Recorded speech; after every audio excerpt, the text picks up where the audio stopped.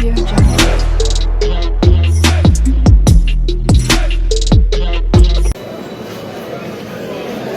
जनाब सादुर्रहमान अल मारूफ डकी।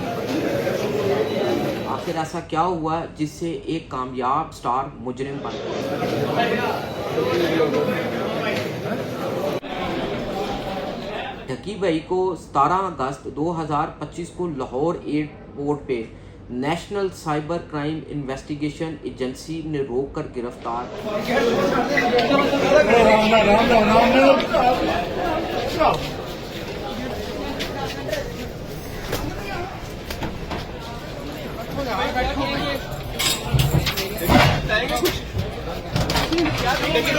कहते हैं कि डकी भाई बेकसूर हैं या कसूरवार।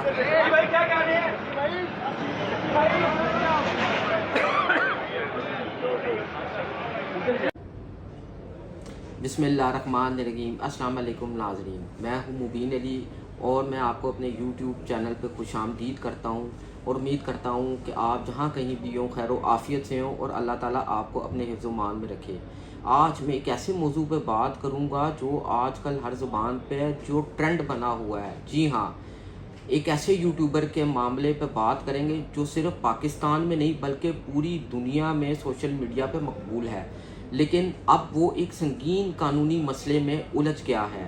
जनाब सादुर्रहमान अल मारूफ डकी भाई, जिनकी गिरफ्तारी हुई, गिरफ्तारी की वजह क्या बनी, आखिर ऐसा क्या हुआ जिससे एक कामयाब स्टार मुजरिम बन गया? डकी भाई लाखों नौजवानों के रोल मॉडल थे। एक गैर कानूनी गैम्बलिंग एप्लीकेशन की प्रमोशन पे गिरफ्तार हो चुके हैं। लाखों फैंस ये सवाल कर रहे हैं आखिर इसकी वजह क्या थी। मौजू पे आने से पहले मेरी रिक्वेस्ट है कि आप मेरे चैनल को सब्सक्राइब कर लीजिएगा, लाइक कीजिएगा, शेयर कीजिएगा और बेल आइकन के ऊपर बटन दबाना मत भूलिएगा ताकि आने वाली हर इन्फॉर्मेटिव वीडियो आप तक पहुंच सके। पहले मैं बताता हूं इनको कब और कहां गिरफ्तार किया गया। डकी भाई को 17 अगस्त 2025 को लाहौर एयरपोर्ट पे national cyber crime investigation agency ने रोक कर गिरफ्तार किया, जिस वक्त उनका नाम प्रोविजनल नेशनल आइडेंटिफिकेशन लिस्ट पर था, जिसने इन्हें मुल्क से बाहर जाने से रोक दिया गया। अचानक NCCIA की टीम आती है, पासपोर्ट रोका जाता है और कहा जाता है कि आपका नाम प्रोविजनल नेशनल आइडेंटिफिकेशन लिस्ट पर है, आपको गिरफ्तार किया जा रहा है। लम्हे भर में वो नौजवान जिसे दुनिया सिर्फ तफरी का चेहरा समझती थी, कानून के शिकंजे में आ गया। अब इनके ऊपर इल्ज़ामात क्या थे? इनके ऊपर इल्ज़ामात हैं जी कि उन्होंने B9 गेम और बायोनोमो जैसी गैर कानूनी गैम्बलिंग एप्लीकेशन की प्रमोशन की। इससे इन्होंने माली फ़ायदा भी उठाया। इन पर FIR दर्ज की गई।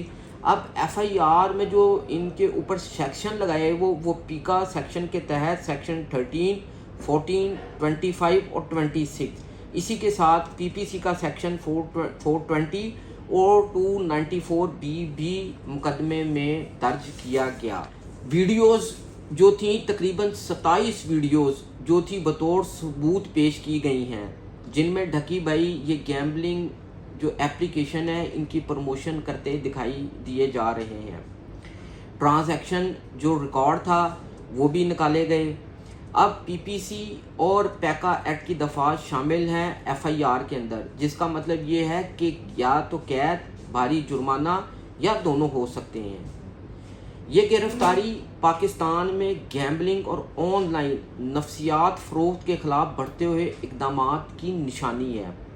डकी भाई जैसे बड़े इन्फ्लुएंसर, बहुत दुनिया इनकी चाहने वाली है, बहुत बड़ी इनकी फ़ैन फॉलोइंग है, के ख़िलाफ़ केसेस से इंसानी नफ्सियात और ज़िम्मेदारी का नया बयानिया बनता है। क्या शोहरत के साथ इखलाकी ज़िम्मेदारी भी नहीं आती? कानून के मुताबिक प्रमोशन करना किसी भी ऐसी गैम्बलिंग एप्लीकेशन को जुर्म है, चाहे उसमें वो खुद खेल रहे हो या ना खेल रहे हो। अगर अदालत में सबूत मजबूत साबित हो गए तो ये केस पाकिस्तान की डिजिटल हिस्ट्री का टर्निंग पॉइंट साबित हो सकता है। नाजरीन, اس کے اوپر عوامی رد و عمل بھی بڑا دیکھنے میں آیا. ظاہری بات ہے ایک طرف تو ان کی فین فالوئنگ جو ہے وہ بہت زیادہ، دوسری طرف ناقدین بھی ہیں.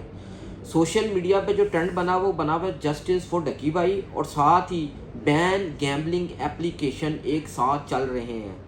کچھ مداح کہہ رہے ہیں جو ان کے چاہنے والے ہیں کہ ڈکی بھائی نے صرف پروموٹ کی یہ اپلیکیشن، اصل قصوروار یہ اپلیکیشنز بنانے والے ہیں. لیکن جو ان کے ناقدین ہیں وہ پوچھ رہے ہیں کیا یہ پیسے کے لالچ میں مداحوں کو جھوٹے خواب بیچ رہے تھے؟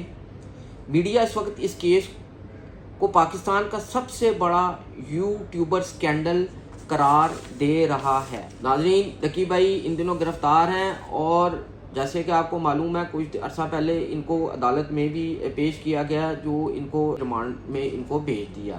اگر اب میں ان کے بات کروں کہ مستقبل میں کیا اس کے اثرات پڑ سکتے ہیں، اگر تو ڈکی بھائی بری ہو گئے تو وہ ایک ہیرو کی واپسی کر سکتے ہیں، لیکن اگر سزا ہو گئی تو یوٹیوب انڈسٹری کو ہلا کر رکھ دے گی. یہ کیس صرف ڈکی بھائی کا نہیں، یہ ہر اس نوجوان کا کیس ہے جو یوٹیوبر بننا چاہتا ہے. یہ اتنے بڑے نام ہیں یوٹیوب کے کہ ان کو دیکھ کے نوجوان نسل جو ہے وہ یوٹیوبر بننے کی خواہش رکھتے ہیں، کئی ان کو کاپی کرتے ہیں. تو ظاہری بات ہے کہ جب جس کے چاہنے والوں کی تعداد اتنی زیادہ ہو تو ایک طرف تو یہ کہنا چاہیے کہ جب اس طرح کے سکینڈل سامنے آتے ہیں تو نوجوان نسل کے اوپر اس کا انفلوئنس اچھا نہیں پڑتا. اب اس میں جو ممکنہ سزا ہے، دیکھیں ممکنہ سزا جو ہے ان سیکشن کے تحت جو ان پہ لگائے گئے ہیں، پیکا کے تحت اور پی پی سی کے تحت جرمانہ بھی ہو سکتا ہے، تو مجموعی طور پر کئی برس کی قید اور کروڑوں کے جرمانے تک بات پہنچ سکتی ہے. کیریئر بھی متاثر ہو سکتا ہے، لیکن صارفین میں وفادار مداح بھی موجود ہیں، واپسی کے امکانات بھی پورے ہیں.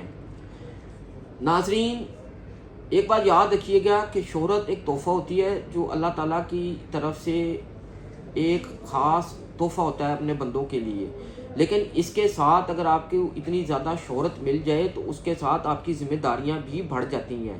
ڈکی بھائی کی گرفتاری یہ پیغام ہے کہ آپ کتنے بھی بڑے کیوں نہ ہوں، قانون سب کے لیے برابر ہے.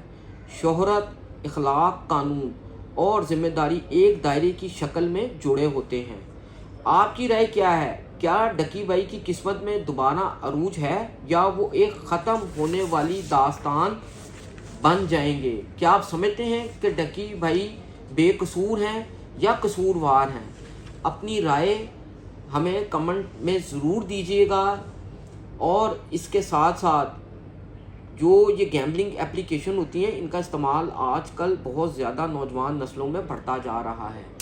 تو ظاہری بات ہے کہ جس کی چاہنے والوں کی تعداد اتنی زیادہ ہوتی ہے تو لوگ ان سے متاثر بھی ہوتے ہیں.